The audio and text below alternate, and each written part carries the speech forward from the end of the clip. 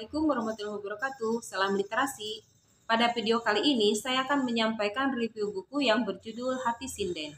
Novel Hati Sinden ini ditulis oleh Dwi Rahayuningsih dan diterbitkan oleh penerbit Dipa Press.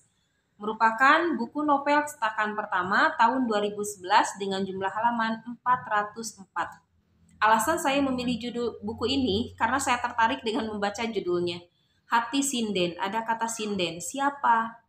Mengapa, bagaimana sinden itu yang memotivasi saya untuk membaca isi buku ini. Kejadian dalam novel ini kira-kira tahun 1960-an, pada saat perekonomian bangsa Indonesia dalam kondisi terpuruk akibat krisis. Mengisahkan tentang perjuangan hidup seorang wanita yang bernama Selumping atau Sayem. Sayem dilahirkan dan dibesarkan dari keluarga petani yang miskin. Tidak hanya kekurangan sandang pangan, dia juga kekurangan kasih sayang. Orang tuanya, bapaknya yang bernama Marta Prawira dan simboknya yang bernama Saini sering sekali bertengkar. Bahkan Sayem pun pernah menyaksikan simboknya berselingkuh dengan tengkulak beras di bilik kamarnya. Malam itu, bapaknya pergi berangkat untuk mengairi sawah. Kemudian tiba-tiba saja bapaknya pulang cepat dan memergoki simboknya sedang berselingkuh dengan laki-laki lain. Marta Prawira marah. Terjadilah pertengkaran. Kemudian setelah kejadian itu, Simbok meminta untuk bercerai. Meskipun sebenarnya Marta Prawira tidak menghendaki perceraian itu, namun akhirnya kondisi rumah tangga mereka tidak bisa diselamatkan dan akhirnya bercerai.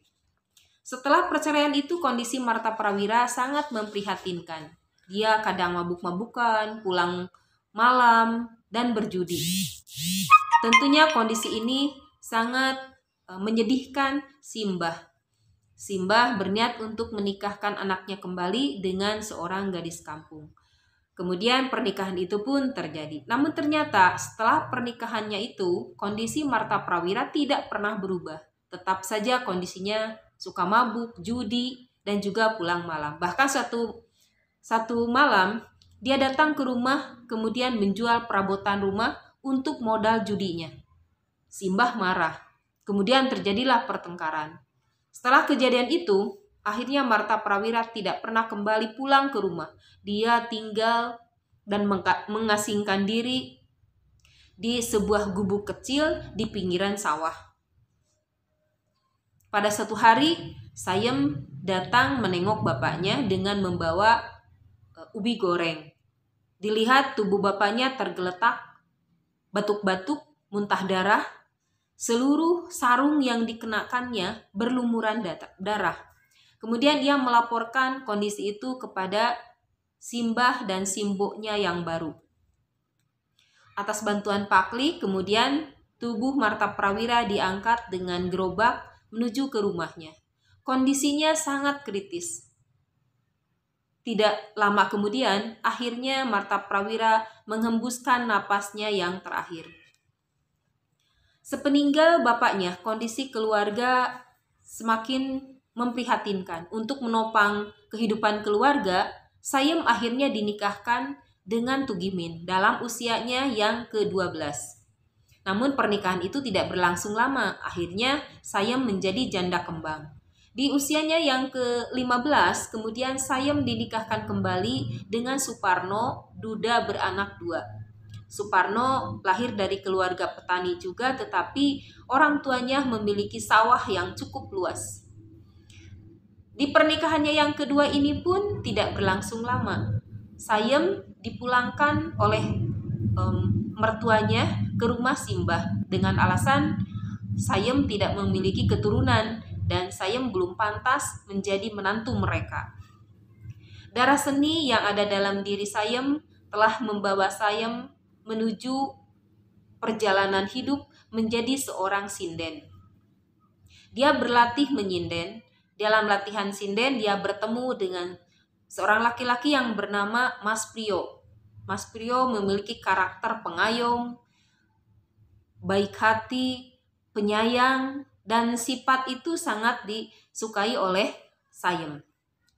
Kedua insan ini jatuh cinta, kemudian terjadilah pernikahan. Meskipun Kang Wesi, kakaknya Sayem, tidak merestuinya dikarenakan Mas Priyo sudah memiliki istri. Kehidupannya sebagai sinden dan juga menjadi istri kedua tentunya memberikan warna manis dan pahitnya dalam kehidupan dialami oleh Sayem. Mas Priyo suka pulang malam dan mabuk-mabukan. Sayem sering memperingatkannya, tetapi Mas Priyo tidak pernah menggubrisnya. Pada suatu hari datang seorang perempuan yang mengaku dirinya istri Mas Priyo. Kemudian selang beberapa saat datang lagi perempuan berkulit putih, cantik, yang mengaku dirinya istri Mas Priyo. Sempat Sayem untuk meminta cerai kepada suaminya, namun rasa cintanya lebih besar dari rasa sakit yang dialaminya.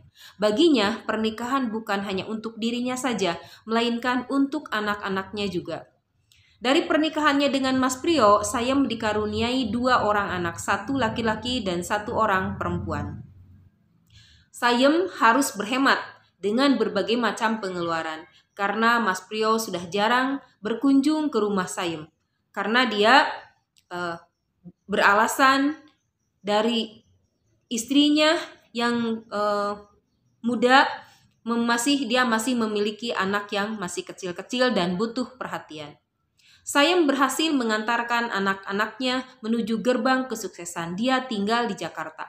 Pada suatu hari, dia ingin berkunjung ke kampung halamannya. Dalam kondisi lemah dan sakit-sakitan, akhirnya Sayem meninggal dunia di kampung halamannya. Dari peristiwa tersebut, kita bisa mengambil hikmah bahwa harta dan kekayaan bukan satu-satunya dalam menjalin sebuah hubungan. Tetapi di dalamnya harus ada cinta. Dalam berumah tangga tanpa adanya cinta tentu tidak akan menjadi perekat hubungan dalam rumah tangga tersebut. Kemudian rasa pasrah menerima apa adanya akan membuat hati seseorang menjadi lebih tenang dan lebih tentram. Sekian review kali ini. Assalamualaikum warahmatullahi wabarakatuh.